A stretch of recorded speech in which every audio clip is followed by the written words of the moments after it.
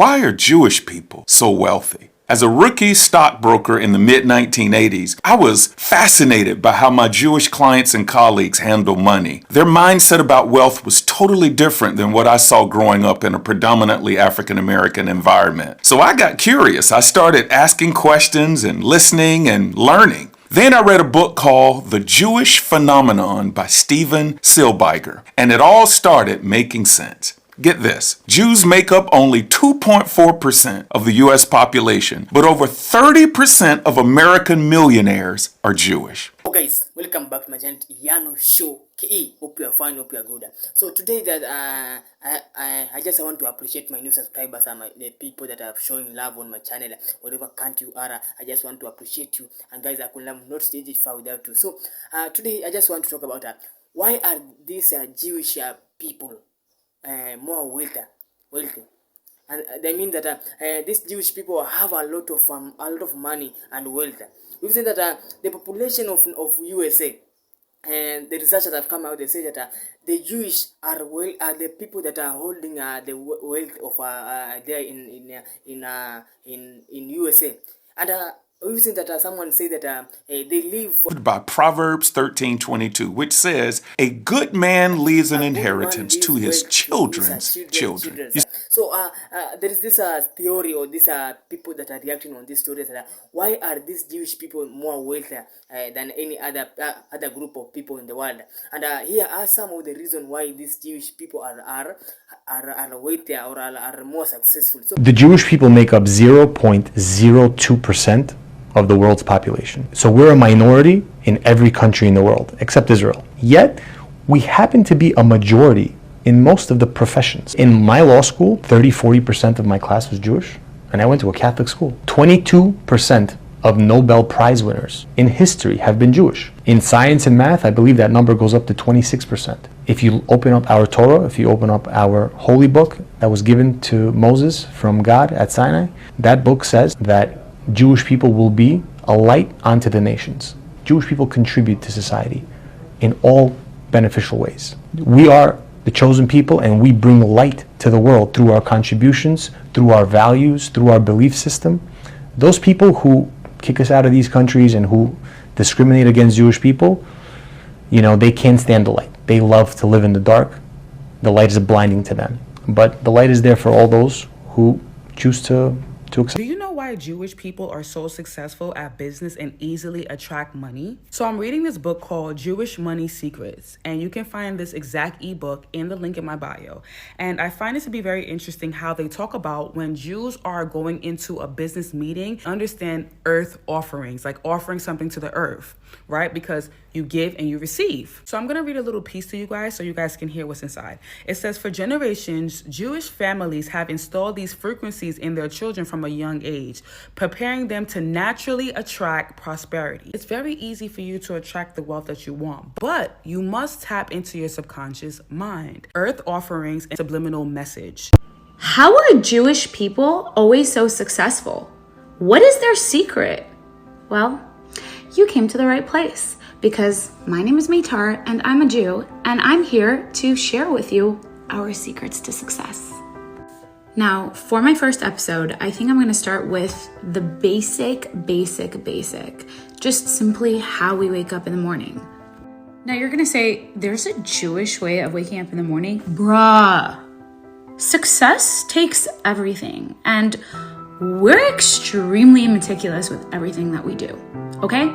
And there is a meaning to every human instinctual thing that we do.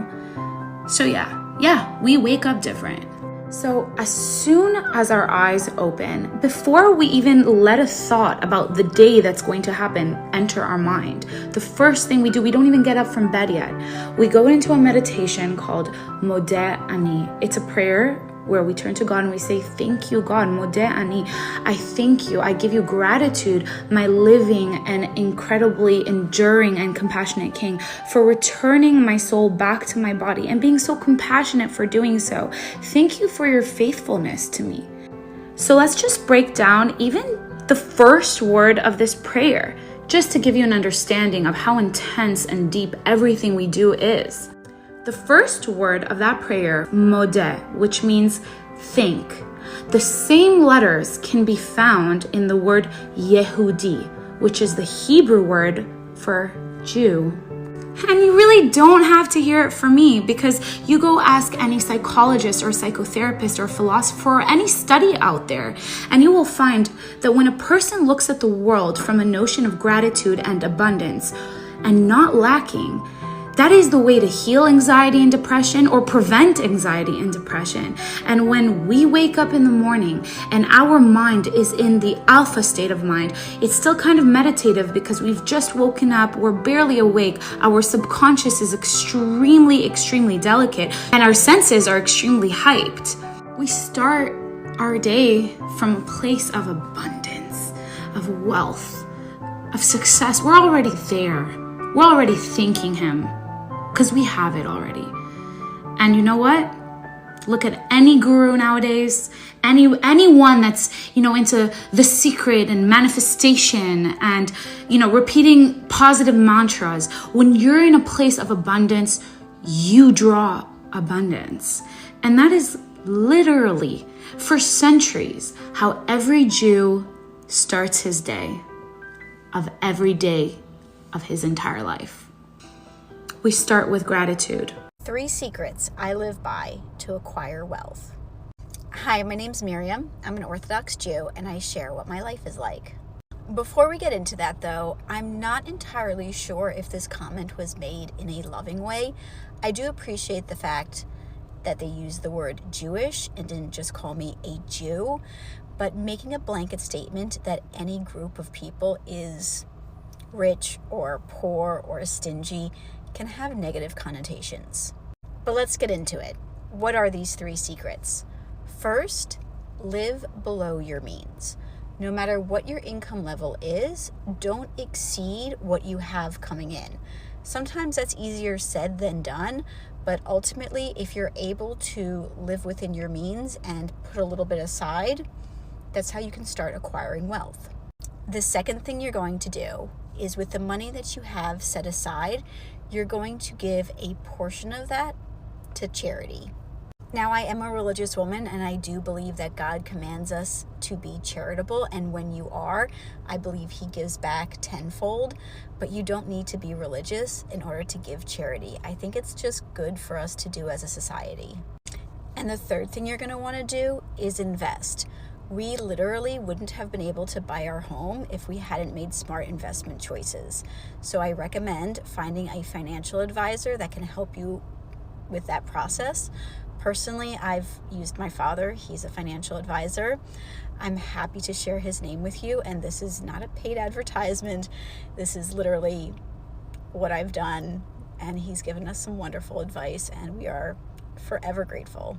Why are Jewish people so wealthy? As a rookie stockbroker in the mid-1980s, I was fascinated by how my Jewish clients and colleagues handle money. Their mindset about wealth was totally different than what I saw growing up in a predominantly African-American environment. So I got curious. I started asking questions and listening and learning. Then I read a book called The Jewish Phenomenon by Steven Silbiger, and it all started making sense. Get this, Jews make up only 2.4% of the U.S. population, but over 30% of American millionaires are Jewish. So the question is, why? What's their secret? I want to share 8 things I learned from my Jewish clients that transformed the way I thought about money. Here's the first 4. Number 1, they prioritized generational wealth and avoided single generation consumption. Whether they were religious or not, many of them lived by Proverbs 13:22, which says, "A good man leaves an inheritance to his children's children." You see, they saw money as a tool to empower the next generation, not to just fund their own lifestyle. Number 2, they gave assets, not appliances. You see, when I got married, I got toasters and china, and I didn't even have a china cabinet. But several Jewish clients of mine told me, they said, in our families, we give cash or stocks.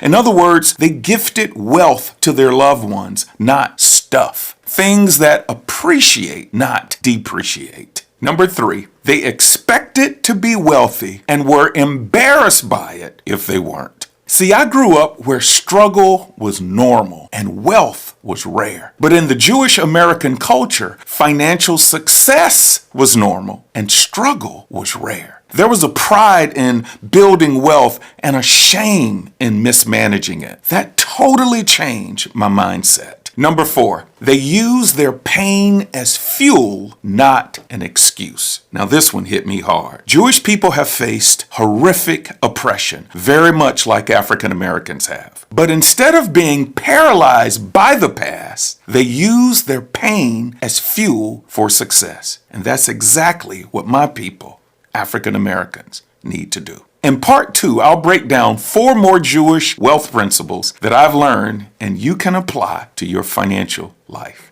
Jewish business secret number 26. Get married to make more money. God will only give you as much money as He feels that you could handle and as much money as He feels that you need. If you're single, living in your parents' basement, then you don't need that much money. But if you're married and you have kids and you're trying to become a productive member of society and build productive members of society, aka your children, then He will end up giving you more money. Don't wait until you have everything in place to get married, but get married and everything will fall into place. Do you think it's easier to make money because we're Jewish or no? No. It was harder. I believe so. What is the number one thing Jewish people are taught at a young age when it comes to money? Whatever he wants, you'll get. You don't have to find it. You don't have to steal. Go with a straight way. You'll get only what he wants you to get. If not, you're going to lose it. So how do you know if God wants you to have it or not have it? If you do it in the right way, you don't have to worry anytime. So as a Jewish person, are you focused on making more money or just enough just to live by? It's a saying in the Gemara, if you have 100, you're going to want to have 200. If you have 200, it's a mentality of the person. So you have to be happy whatever you have. But when you go out to make money, I don't think there's a lot of people that when they make the money $100 today, okay, I'm closing shop. I'm coming back tomorrow. What are your biggest money tips for people watching today? First of all, you should have a savings account, no matter how little you have, and put it away every week something. Then you can buy secondhand clothes. The women are spending too much on clothes. The designer thrift shops in Manhattan and all the expensive neighborhoods have the most wonderful consignment clothes. You can buy for your children and yourself. Save a fortune of money, and you look lovely. That's 2. What are you going to do with all the money you save? Buy real estate. Real estate's the best investment. And there are always places that from people are starting. Like today, it's Tampa. I just heard about it. Tampa's great. The prices went up already in the last 6 months. Then you have to learn not to overbuy and not to waste food. Use your leftovers. Use them wisely and teach your children. You don't give a 2-year-old an apple. You cut it up because he'll take 3 bites, throw out the rest. Have you noticed that? Don't give them a whole apple to eat. Oh, I can go on and on. You don't want to hear it all. When we run a business and trust God to give us success, there's a relationship going on. We ask, He gives. We open the vessel, He fills it. You don't want to open a vessel? That's so impersonal. Part of why we need to work for a living is because that's how we partner with God. It's an interaction, and that's more valuable than the whole business. So God says, God will bless you in all that you do. You don't do? Oh, so you want a miracle. It's not nice. Just give me. That's not a relationship. Partnering with God is basically the theme of our lives. That's how we should see ourselves. Everybody, every human being. We're partnering with God. I'll do my part and you will respond, or He will do His part and I will respond. But there's an interaction going on. There's some energy exchange. Otherwise, it's deadening. So I guess the theme of it all is we don't do anything that is a dead end. It's not. If you feel that you're getting more than you deserve, your experience, your feeling, your reaction will be gratitude. I'm getting more than I deserve. I don't deserve this. Then the feeling is gratitude. I am grateful. If I think I'm getting what I deserve, well, that's just justice. I don't have to be grateful about that. But when I feel like I have more than I need, that is... How are Jewish people so successful? Well, you came to the right place. My name is Maytar, and I'm a Jewish girl, and I'm here to share with you some practical secrets to success. per my previous video, you know that as soon as we wake up in the morning, we start our day with thanking God for returning our soul back to our body. But the next thing we do is another meditation. It's called Asher Yatzar, which means the one who created. And the prayer goes on to tell God, well, you are the one that created our body in perfection. Every organ, every cell is working properly. The amount of intelligence, the amount of wisdom that you put in our body just to be able to blink an eye or breathe or hear or think or move our finger to hold our coffee cup or walk to go hug our children. The amount of intelligence you put into our body to be able to enjoy this world, you did that. Thank you, because you are allowing me now to go about my day and do whatever it is I need to do. A man once goes to his rabbi and begs and cries for a blessing for success because he's in so much debt. The rabbi tells him, I'm willing to give you a blessing, but the first thing I need you to do before that blessing is please go to your doctor and ask him how much your big toe is worth. The man says, okay. So he goes to the doctor, and the doctor says, well, the toe is what gives you stability for your whole body. It's worth a lot of money for those that don't have a big toe. Months go by, and during a city function, the rabbi runs into that man again and says, you never returned back for your blessing. What happened? Are you still in debt? And the man said, Rabbi, I am a millionaire. So the rabbi said, you won the lottery? And the man said, no, I don't need to win the lottery.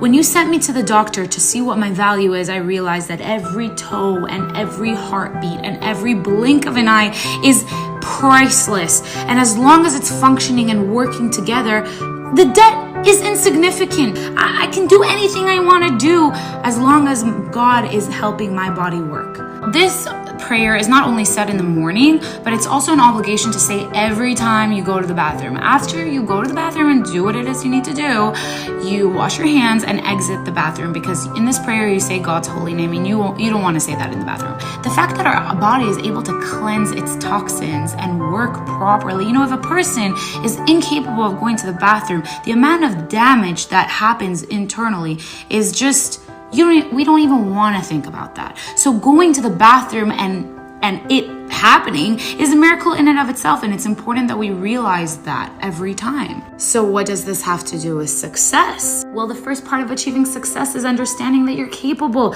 of achieving success, and as long as your body is functioning thanks to God, you can be successful. Don't go anywhere, just subscribe, like, comment, and share.